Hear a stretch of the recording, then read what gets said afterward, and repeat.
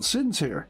These adjectives are now off limits. The idea of good and great, mathematics.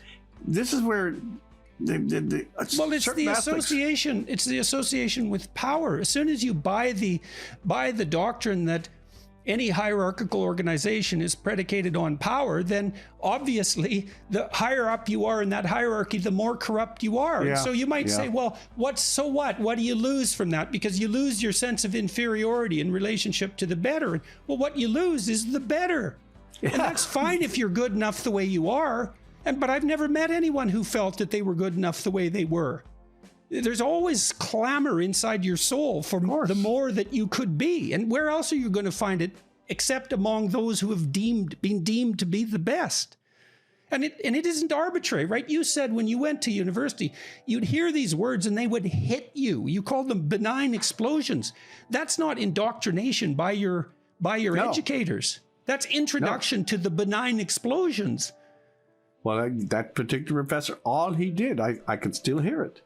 It's about, I'm making a guess here, it's about a 42-line simile. He just read it. And I mean, it was like Beethoven's Fifth, because Milton does have a certain power of expression. And you're right, there was no message attached. He didn't say, even by the way, no message saying that you must like this. It was just done and let the Spirit respond as the Spirit will. But this fashioned education, you go to university now to be injected with attitude, not thought. And some of these white programs and the new anti-racism, which is all identity, and you only read things from the tribe to which you belong. I know enough about Newfoundland. I want to read about the Trojan War, not the war on the southern shore. I mean, really, they're canceling Homer, they're canceling Shakespeare, they're making fun of mathematics, they're talking about white physics.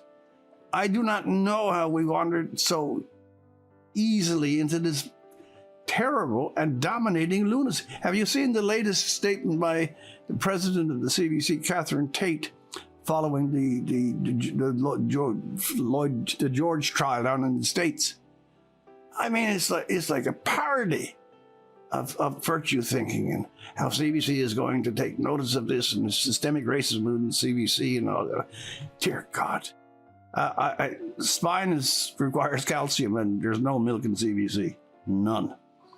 How did I get onto that? I'm not even sure. All right, so you're 8 years in Newfoundland. You're traveling all over the province. You're listening to people. You're watching their reactions to your shows. You're reading. How much do you read? And habitually? Like 3-4 hours a day. There was periods when I was out for a while. I could go for 8 or 9. But I have books in the morning, and I have books in the evening, and of course this stuff here, the internet, has diluted some of that traffic. But I do have a fair store. I also, by the way, this is a good point to make for people who are going rereading, as Nabokov has pointed out. You can't read a novel; you can only reread it.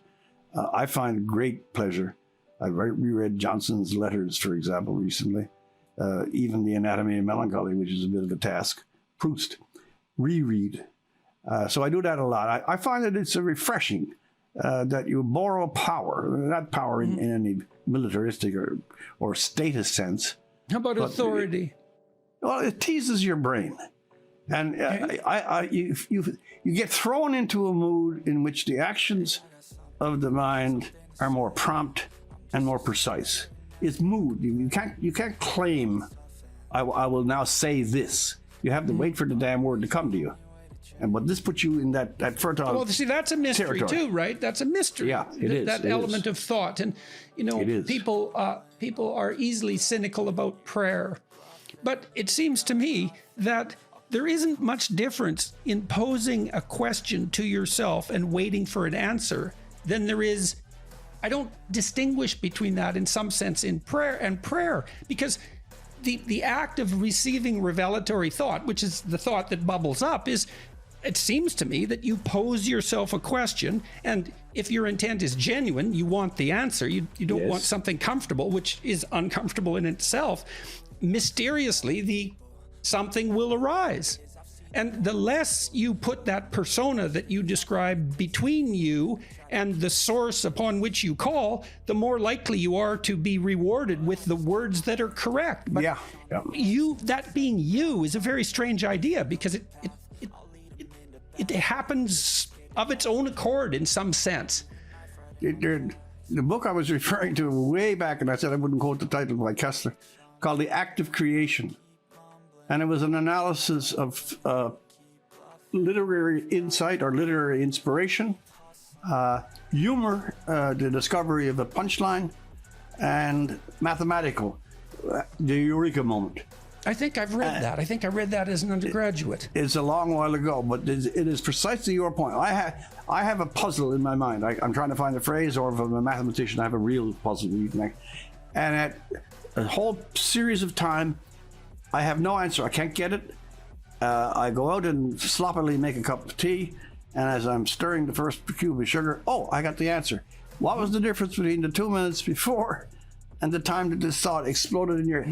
You had to have your mind prepared for the thought to have a place to pop out of. So you just used that phrase, explosion, again. You talked about the benign explosions that Introduction to Literature set off. Okay, so there's a thematic relationship between those two ideas. And we already talked about the idea of mimicry. And so, what you do in part when you're educating yourself by pursuing what appears to you to be meaningful and true is you build that spirit inside of you. That's it. And then that's the thing that's informing you when you ask questions. Yeah. And you should build that spirit out of what the best the past has to offer you. And there's markers for that. And the markers are that aesthetic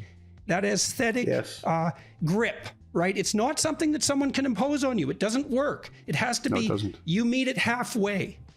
And so when we have a conversation like this, that's spontaneous, what I'm trying to do when I have a conversation like this is to become transparent in some sense. I don't want my concerns about the podcast, let's say the quality of the podcast, the audience, any of that. I don't want those proximal concerns to interfere with my immersement in the conversation.